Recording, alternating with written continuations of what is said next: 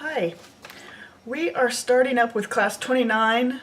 If you're in the Monday, Wednesday, Friday class, this is video A. So 29A, Monday, Wednesday, Friday, and 21A, Tuesday, Thursday.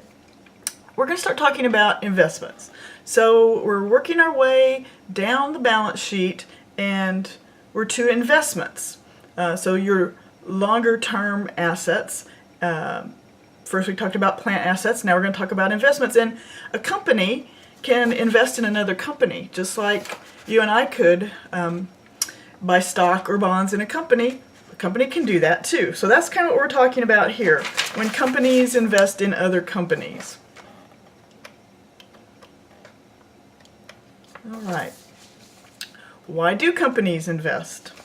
Well, just as individuals invest in a variety of company stocks and bonds, the same is true for businesses.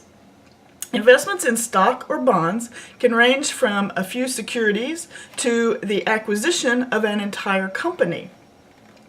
An investor is the owner of a bond or stock of a corporation. An investee is the corporation that issued the bond or stock to the investor. A security is a share or interest representing financial value. A debt security represents a credit relationship with another company or governmental entity that typically pays interest for a fixed period. An equity security represents stock ownership in another company that sometimes pays dividends. So we've mostly been looking at accounting for stocks in terms of our own company we're doing the accounting for, but certainly the company we do the accounting for can invest in another company. If they buy stocks, we call that equity. They own equity, they're owning part of that company. And if they buy bonds in another company, that's a debt relationship, so that company owes money. And certainly companies can issue that, but we're talking about the investment side, the asset. So when one company purchases the stocks or bonds of another company, those stocks or bonds become an asset. Reasons to invest. Why would a company invest in debt securities? A company may have short-term excess cash that it doesn't need for normal operations. This excess cash could be the result of temporary or seasonal fluctuations, or it could be cash available for a longer term. The company wants to make the best use of its cash, so it invests in debt or equity securities to generate investment income. This investment income may come from interest earned from debt investments, dividends earned from stock investments, and or increases in the market value of the security. Another reason a company may invest in debt or equity securities of other companies is to pursue a business strategy. For example, a company may invest in a key vendor's debt or equity securities to further enhance a business relationship with that vendor. Doing so might strengthen the relationship between the investing company and the vendor. Classification and reporting of investments. So, as you can imagine, there's different kinds of investments you can buy, and there's different reasons you buy them. So, these differences mean they're going to be in different categories, right? Accounting is all about putting things in the right categories, and investments can go in different categories too. So let's talk about the categories for investments.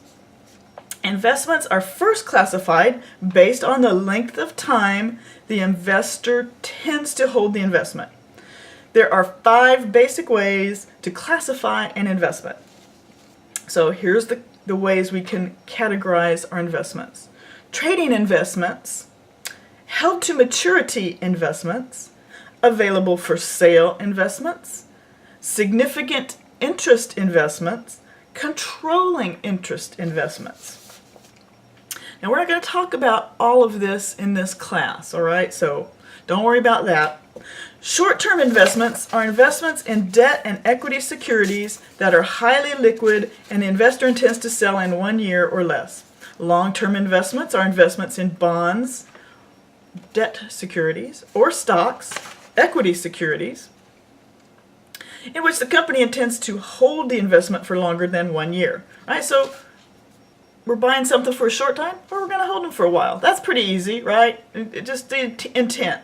We got some extra cash right now. We're going to need it in a few months, so we'll stick it in this stock, hold it there, and then sell that stock or sell that bond. So we're not intending to have it a long time. Or we have some extra cash. We don't need it for several years. Let's invest it on the long term. All right. A trading investment is a debt security or equity security in which the investor holds less than 20% of the voting stock and that the investor plans to sell in the very near future. A held to maturity security is a debt security, so a bond, the investor intends to hold until it matures.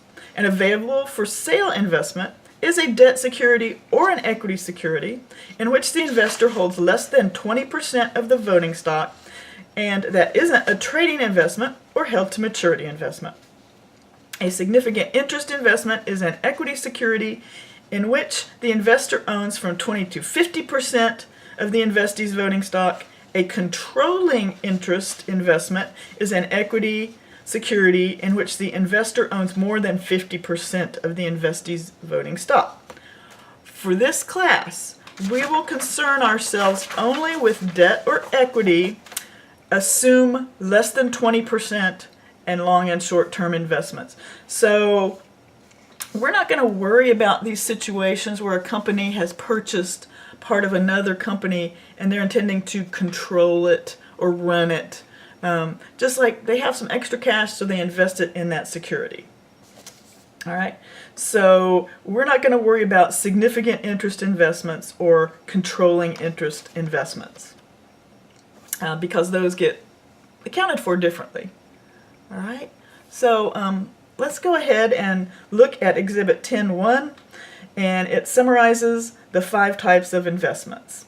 If you look at that, it talks about trading investments, held to maturity investments, available for sale investments, significant interest investments, and controlling interest investments. We're not going to actually talk about those last 2 categories. You don't have to worry about it. You can skip over that in the book. Don't even worry about it. So let's talk a little bit more detail about the ones we are going to talk about. Okay, let's talk about debt securities, all right? So we've talked about the liabilities, accounts payable and notes payable, right? So sometimes a company will take out a note payable from another company. Sometimes they'll actually issue what's called a security or a bond. So it's the same kind of idea, one company borrowing from another. When the company gives out the money, they're investing in that other company's security when they buy bonds.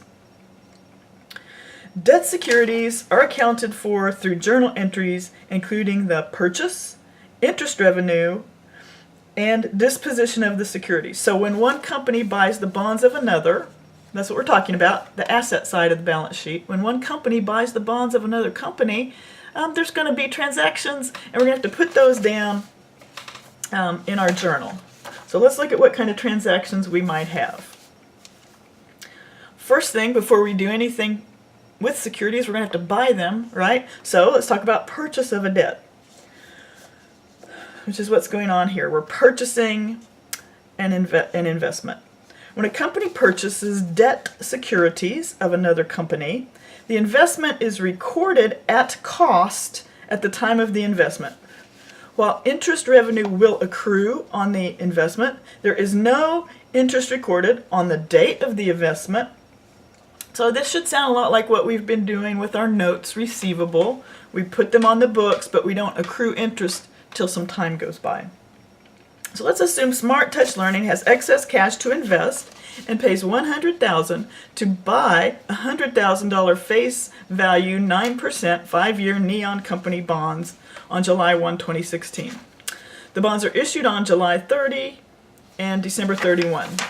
Smart Touch Learning intends to hold the bonds to maturity and therefore will record them as held to maturity investments. So held to maturity only applies to bond investments, so only to debts, right? Because they have a maturity. It's going to mature in 5 years in this example, but maybe they'll mature in 10 or 20 or 30.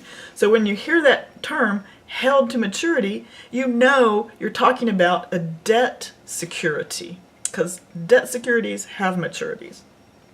All right, so when you first buy it, you have to pay out cash for it, and you receive the asset, the security. So you write it down. Long-term investment, held to maturity, debit, there's our asset increasing, and cash, the asset cash decreasing. And we've recorded that purchase. Well, what else can happen? Well, the things with bonds is they pay out interest. And we have to record that. So when some interest gets paid, we're going to record that. So in this example, 6 months have passed by, and SmartTouch will receive the first interest payment on December 31st. Record the interest received on December 31, 2016. SmartTouch Learning is owed $4,500 in interest. They're actually being paid it. So the entry requires a debit to cash, $4,500, and a credit to interest revenue, $4,500. So when people pay you money, that's a revenue, and that's what debt, when you hold a bond, that's going to pay you interest, that's interest revenue, so you get that cash in, interest revenue is a credit. Now, for this chapter, you will be given the interest revenue amounts and will not need to calculate interest for the exam. So I know you're pretty good at that, principal times the rate times the time, we learned it in notes payable, but we're just going to worry about you getting the transactions down right for this chapter. So I'll just tell you the interest on bonds.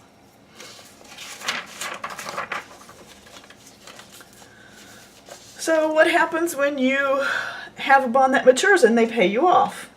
Well, we call that disposition at maturity. So that's what bonds are about. You buy a bond and you hold on to it. And if you hold on to it all the way till it matures, that company's going to pay you back the money they owe. In this case, $100,000. So when SmartTouch Learning disposes of the bonds at maturity, it will receive the face value of the bond and record the journal entry. Let's assume the final interest payment has already been recorded.